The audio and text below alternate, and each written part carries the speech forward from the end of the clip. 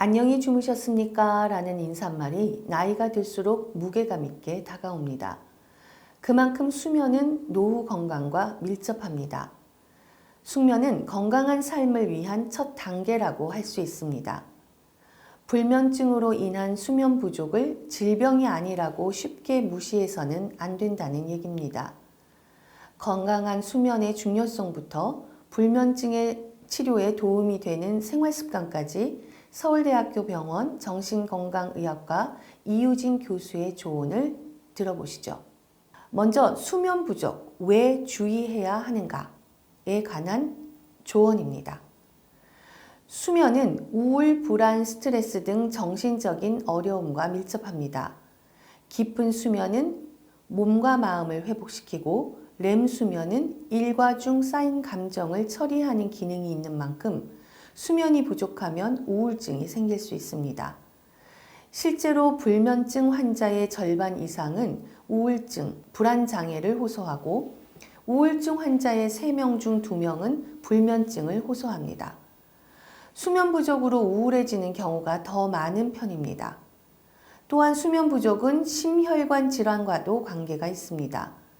수면 중에는 깨어있을 때보다 혈압이 10% 정도 떨어지는데 잠을 잘 자지 못하면 지속적으로 교감신경계가 항진돼 심혈관계 위험이 증가합니다. 2017년 서울대학교의 연구 결과 심한 수면 무호흡증 환자가 심혈관 질환으로 사망한 위험은 정상인에 비해 17배 높았고 불면증 환자는 8배 높은 것으로 나타났습니다. 마지막으로 수면 부족은 암 발생과도 연관이 있습니다. 이는 수면이 면역체계, 대사, 호르몬, 세포기능 등에 영향을 미치기 때문이며 특히 수면 부족은 신체의 염증 반응을 높여 암 발생 위험을 증가시킵니다.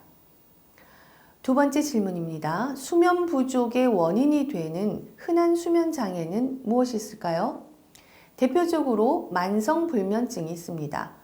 불면증을 만성화시키는 나쁜 습관들이 있는데 아침까지 안 자고 누워 있거나 낮에 잠을 자려 하거나 침대에서 긴 시간을 보내는 것들입니다.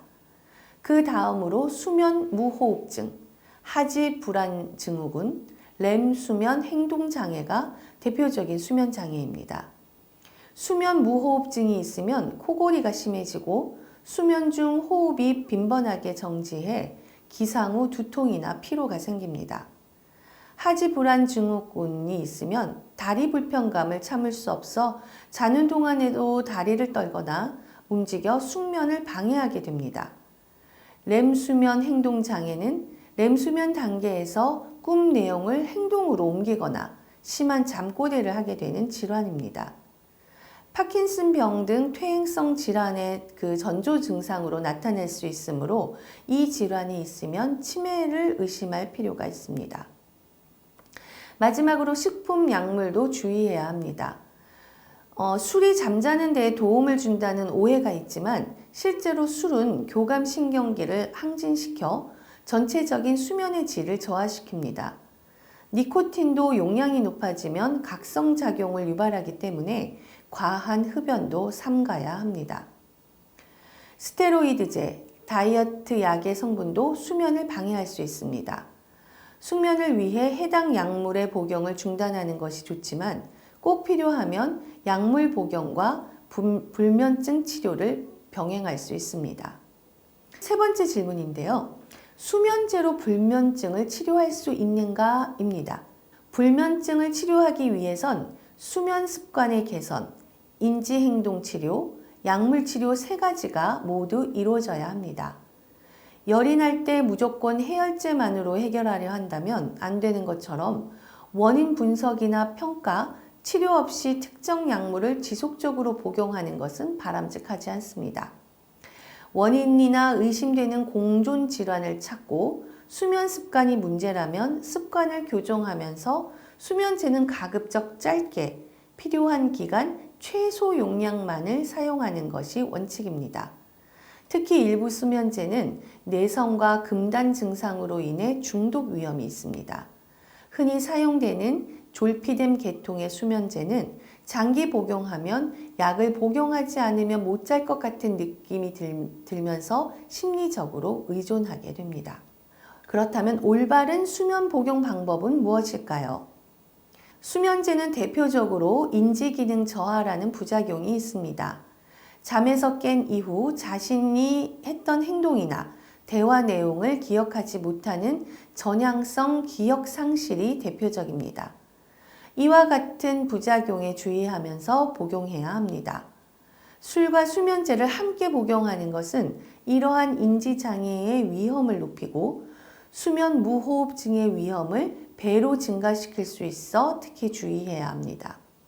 또한 잠이 오지 않아 새벽녘에 수면제를 복용한 뒤 인지 기능이 완전히 돌아오기 전인 이른 아침부터 운전하는 것은 위험천만한 행동이므로 삼가야 합니다. 그렇다면 불면증의 비약물적 치료 방법이 있을까요? 먼저 올바른 수면 습관을 갖춰야 합니다. 규칙적으로 아침 일찍 일어나기, 가급적 낮잠 자지 않기, 침상에 누워있는 시간 줄이기, 카페인, 술, 담배 등 수면에 영향을 주는 물질 사용 줄이기, 일광욕하기 등의 습관을 잘 유지해야 합니다. 특히 일광욕을 통해 햇빛이 눈으로 들어와 뇌까지 전달되면 낮에 깨어있고 밤에 잘 잠들 수 있도록 하는 일주기 리듬으로 형성하는 데 아주 좋습니다. 이 밖에도 누워있는 시간을 제한해 나가면서 누워있는 시간과 자는 시간을 같게 만드는 수면 제한법, 복식호흡, 요가, 반식욕 등 신체와 정신을 이완시키는 이완요법도 인지행동 치료에 해당됩니다. 8시간을 자지 않으면 다음날 문제가 생길 거야처럼 수면에 대한 잘못된 인식을 바로잡는 것 또한 인지행동 치료의 일환입니다.